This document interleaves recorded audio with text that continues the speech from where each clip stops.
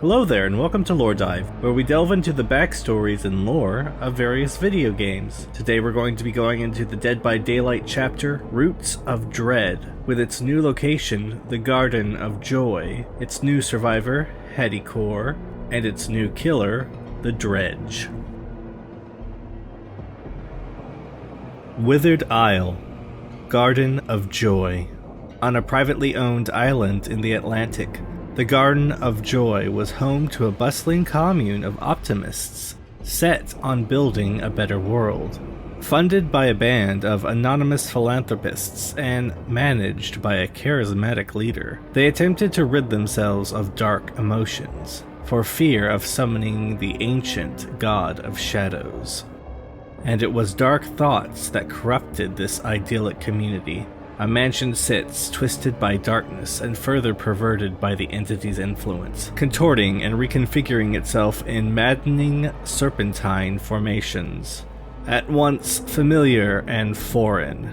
To look upon it is to know fear.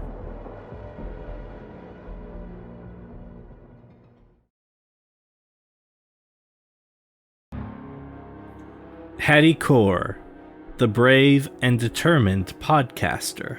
Haddie spent her youth in a household brimming with love.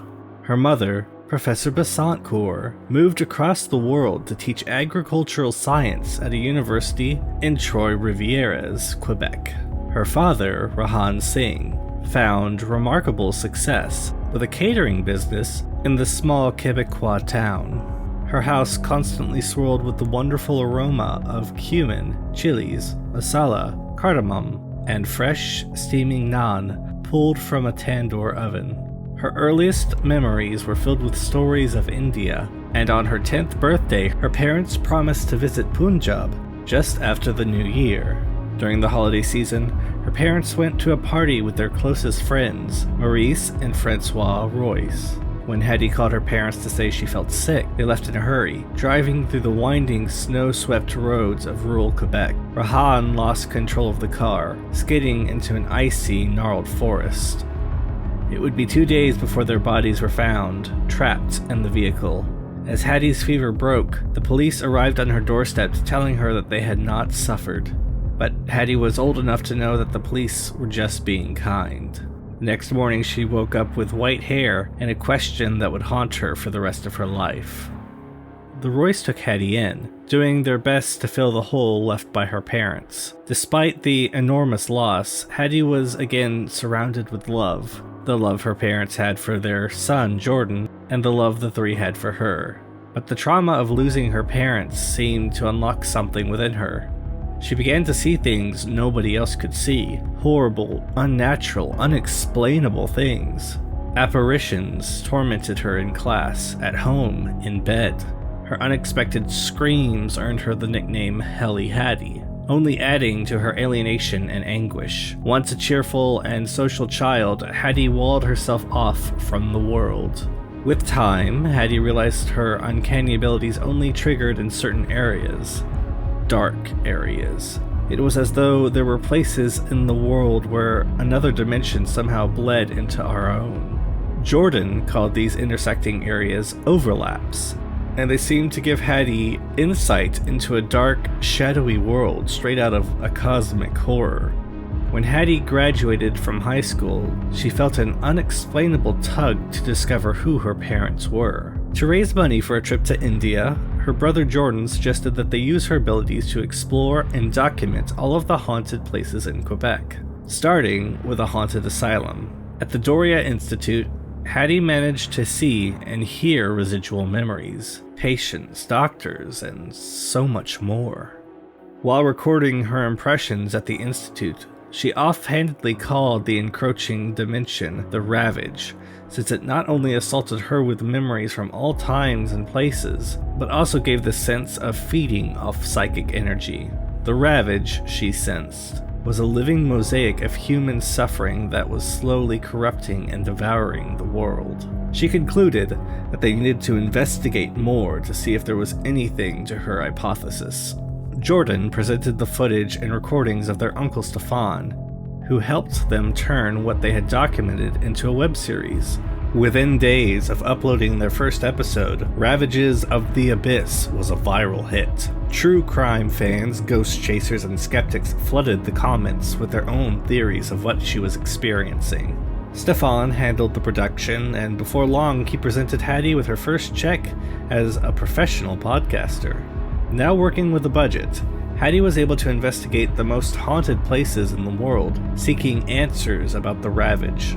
Her investigations led her to a secluded island where once an entire town had mysteriously disappeared, leaving dozens of empty homes.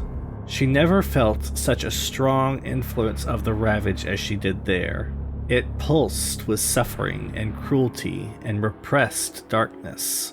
Haddie absorbed the emotions of the ghost town, closed her eyes, calming herself and silencing her mind. She began to hear guttural screams and cries and whimpers. When she opened her eyes again, she could see the scintillating orange residual memories of people tearing each other apart in the mud and rain. Then everything disappeared as a much older version of her stepbrother beckoned her from one of the homes. She chased after him, only to stop suddenly with the realization that the Ravage was toying with her emotions, playing tricks on her, making her see things that couldn't possibly be real. The encounter nearly put Haddie off the project entirely, but she was now the linchpin for a company that fed her family. Her uncle Stefan continued to line up sites to visit, and after a personal trip backpacking across India, Haddie carried on, subjecting herself to the horrors of the Ravage. Then, while investigating a haunted World War II bunker in the Alps, Haddie heard someone faintly crying out for help in Punjabi. Snow flurried in the bunker as a tunnel suddenly opened to a snow-covered forest. A horn blared in the distance and faded away. She saw the glow of red lights through a wall of snow and felt her heart skip a beat as she rushed to a crumpled blue car pinned between two massive pine trees. Through the shattered windshield, she saw the bodies of her parents stuck in pools of frozen blood. Haddie narrowed her gaze and saw tiny plumes of vapor floating from their trembling blue lips.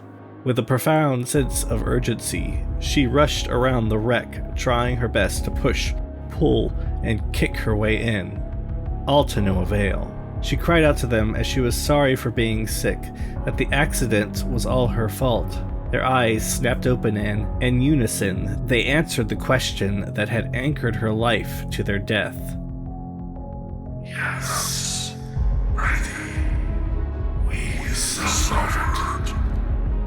With a terrible cry, Haddie fell back into the snow as ice tendrils wrapped around her and pulled her down into a world of endless darkness. Haddie's first perk is Inner Focus. Haddie has toned her ability to see through the haze of the Ravage. With Inner Focus, Haddie will see scratch marks of all other survivors within 32 meters of her, and if a survivor loses a health state within that radius, she will see the killer's aura for several seconds as well. Haddie's second perk is Residual Manifest. A lifetime of chasing the darkness has taught Haddie that the best disinfectant is light. With Residual Manifest, after successfully blinding the killer will suffer from the blindness status effect for a time, preventing them from seeing auras. Haddie's final perk is Overzealous. Fighting back against the Ravage motivates Haddie. After cleansing a totem, Overzealous activates, increasing Haddie's repair speed to 106%. If Haddie loses a health state by any means, this perk deactivates until another totem has been broken. Haddie has been facing darkness for many, many years in her own way, but she's never had to fight for her life constantly in the way that she will be in the entity's realm. And like it or not, some of her past has been dredged up, and it's not so keen to let her leave.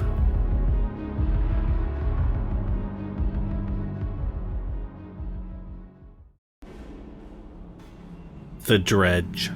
The Fold was founded on a private American island in the 1960s by a group of anonymous philanthropists. Their goal was to establish a peaceful society free of dark thoughts and emotions, attracting the dismayed, disenchanted, and disillusioned from all over the country.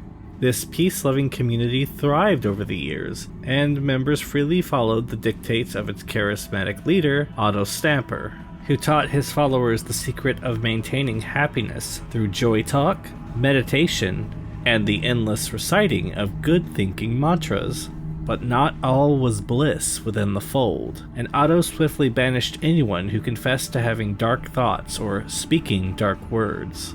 Those he appointed as guardians of the Fold were quick to root out malcontents, banishing anyone who thought or spoke against the almost perfect community he had established. Life was, more or less, a utopian dream on the island until the darkness began to slowly leak through the cracks of their spiritual dam and members began to mysteriously disappear. It wasn't long before fear closed its septic jaws on the island and refused to let go. The once happy community now gathered in a few homes, chanting the good-thinking mantras in a desperate attempt to rid their lives of this formless creature that seemed to stalk them in the shadows and consume them in their sleep. Otto tried to quell his followers, telling them that there were malcontents among their ranks and that they alone had summoned the Juani into their garden of joy. As the Fold bleated fear, Otto evoked desperate measures. Ottomarians were restricted to their homes to prevent the spread of rumors and dark talk, while sleep was forbidden to prevent anyone from releasing dark dreams into the world. Freedom and sleep would return just as soon as the Juani were no longer among them. But when Ottomarians continued to disappear, Otto assembled his followers near the beach, where he placed a screaming woman on a wooden stage. There, in the rain, Otto explained to his drenched, alienated, and sleep-deprived congregation that the woman was a journalist, here to destroy everything that they had created. As the guardians held the trembling woman, she screamed that Otto was not the savior he claimed to be.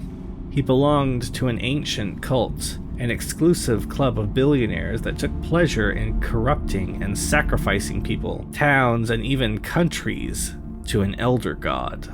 The journalist told them that Otto hadn't banished anyone, he had tortured and sacrificed them, and that they would all be next. Without hesitation, Otto slit her throat before she could continue to spread lies.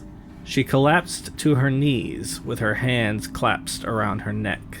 He told his confused and terrified herd that she was working with others within their ranks, and that they needed to find the imposters before the Juani came for them all. Otto's words shot over the congregation and reached into the murky recesses of their hearts and dredged up dark and fearful things. Years of suppressed emotions began to bubble up as a thick fog pushed through restless legs and feet. Whispers began, and the whispers became panicked mantras, and the mantras became screams and curses as each member accused the next of mal-thinking and mal-speaking. Over the howling wind and pounding rain, the screams and curses grew louder and louder as everyone desperately tried to contain the darkness within. But the harder they tried, the quicker they ailed. And within moments, the dam burst to release a torrent of hell. Otto watched as his once blissful and joyful herd suddenly erupted into violence unlike anything he had ever seen.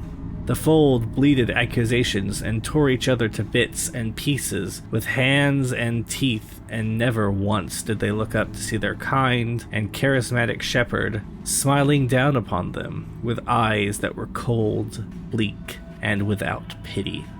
When it was all over, Otto felt the creaking wooden stage shake as a murder of crows circled above. Suddenly, the ground rose, and then sank into a thick, oozing black mud like molasses. Moments later, a formless mass squelched out the muck and rose like a rearing horse to feed upon the writhing mass of butchered humanity. It was everywhere and nowhere at once, as it slowly picked its way through the carnage, absorbing the darkness savoring the misery, all while trailing terrible noises, shrieks, cries, whimpers, pops, and cracks, feasting sounds, death sounds, dark sounds. Otto watched the creature as it slowly began to manifest into the very thing he had imagined, the very thing he had made them all imagine. It turned slowly to look at Otto for a long, silent moment. Then the Druani trudged away through the thick, black sludge, disappearing into the shadows from which it had come. The Dredge's power is Reign of Darkness. With Reign of Darkness, the Dredge can activate a special ability called the Gloaming. With the Gloaming once activated, the Dredge leaves a remnant behind. In this state, the Dredge is free to roam around the trial grounds, albeit at a slower pace. If, while using the Gloaming, the Dredge aims at a locker and presses the ability button, they can teleport into it. Or if they attack, instead they will be teleported back to where their remnant was previously. The remnant, though, can be destroyed by a survivor if they touch it. If the Dredge teleports to a locker that happens to have a survivor hiding inside of it, or is in the process of entering it, the Dredge will automatically grab them and leave the locker with the survivor on its shoulder. Survivors can counter this, though, by locking the lockers, making it take longer for the Dredge to leave them if it needs to. If the Dredge sees that a locker has been locked, they can destroy the lock with a well-placed attack. Each locker only has one lock that can be used on it, and once destroyed, it cannot be relocked again. The power of darkness also gives the Dredge the ability Nightfall. Whenever a healthy survivor is injured, a survivor is hooked, or the Dredge uses its teleportation power, the Nightfall meter builds. Once the Nightfall meter is full, Nightfall begins automatically, forcing the survivors to navigate in darkness. During Nightfall, teleportation to and between lockers is faster for the Dredge, and the Dredge gains the undetectable status effect. The Dredge's first perk is Disillusion. Everything turns to dust. It is as inescapable as the coming of the night. With Disillusion, 3 seconds after injuring a survivor by any means, Disillusion activates for a time. While Disillusion is active, if a survivor fast vaults over a pallet while in the killer's terror radius, the entity will break the pallet automatically. The Dredge's second power is Darkness Revealed. When the Dredge searches a locker, the auras of all survivors within 8 meters of any locker is revealed to them. The Dredge's final perk is Septic Touch. The land of shadows consumes all. Healing only delays the inevitable. When a survivor performs a healing action while they are inside of your terror radius, that survivor suffers from the blindness and exhausted status effects. These effects will linger for a period of time after the healing action is interrupted by any means. This Dredge, this creation by the entity's loyal followers, now stalks through the procedural like many who came before, an amalgamation of whatever bits and pieces it happens to find. Its pitiless mass will consume the souls of any who get in its way.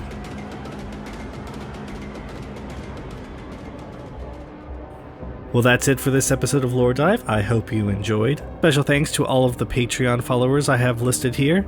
If you would like to help me make these videos, you can do so by joining our Patreon fan club in the link below. Also down there is a link to my Twitch channel where I do, in fact, stream on occasion. I just recently completed a 9-hour stream of The Quarry, which I actually thought was a lot of fun, and I hope to be streaming more often. So with that all said, I thank you all for watching, and I'll see you next time.